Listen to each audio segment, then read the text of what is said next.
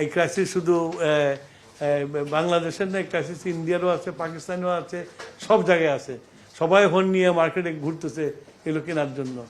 তো অন্ধকারে যাবো না, আলোতে থাকবো, এইটা কমেন্ট করা তো আমার জন্য সম্ভব না। আমরা চেষ্টা করছি যাতে কোনো ডিজাস্টার না হয়, সেটা চেষ্টা করছি।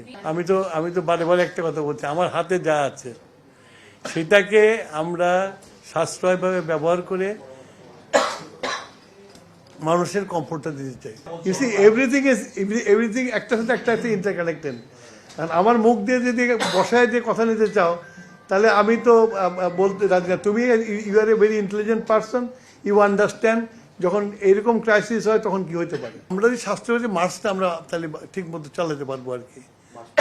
মার্চের পরে আমাদের যেসব কমিটমেন্টগুলো আছে ওগুলো যদি ঠিক হয়ে যায়, চলে আসে, তাহলে থাকবে না। ইনফ্যাক্ট আমাদের ক্রাইসিস থাকবে হলো ঈদের ছুটি পর্যন্ত।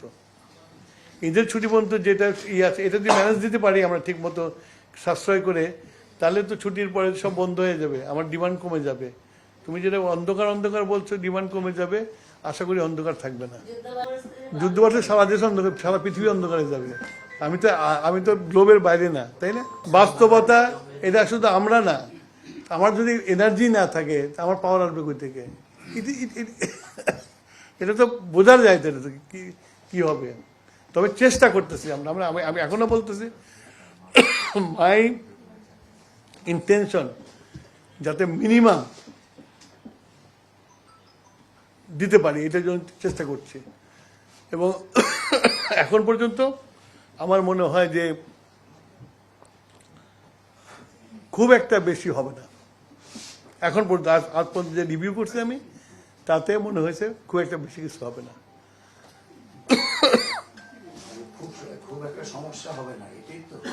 মানে অসহনীয় হবে না আর কি, সহনেই থাকবে।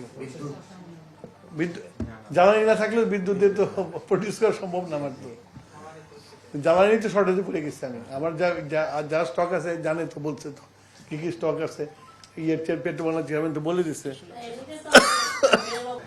ইউক্রেনের পরে দাম বাড়ছেন। ইউক্রেন তো একটা জায়গায় ছিল, এখন এটা তো একবারে মাঝখানে এখানে। এবং যারা জ্বালানি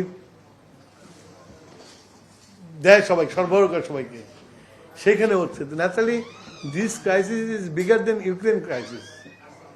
তো এটা তো বুঝতে হবে যে আমরা একটা বিরাট ক্রাইসিসের মধ্যে আছি, এবং সবাই যদি সহযোগিতা না করে, তাহলে এই ক্রাইসিস থেকে উত্তরণ হওয়া খুব কঠিন। ক্রাইসিসটা তো বড়। কোন কাতারের রিফাইনারিতে বোম পড়ছে, সৌদিতে বোম পড়ছে, যারা নাকি মানে প্লেয়ার আর কি এই সেক্টরে। ন্যাচারালি একটু হবে, তবে আমরা চেষ্টা করবো আমাদের কাজ হলো যাতে কম এর মধ্যে পার করে নিয়ে যায়। আচ্ছা, আমি তোমার একটা কথা বলছি, তুমি বুঝতেছো না কি হবে?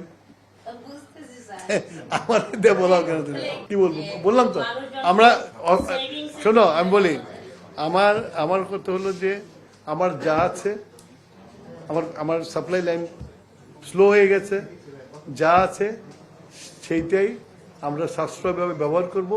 এর জন্য দেশের মানুষকেও, জনগণকেও, নাগরিককেও এটাকে বুঝতে হবে, বুঝে আমাদের সাথে সহযোগিতা করতে হবে এবং অপচয়টা বন্ধ করতে হবে। এই যে এখন মার্কেটগুলোতে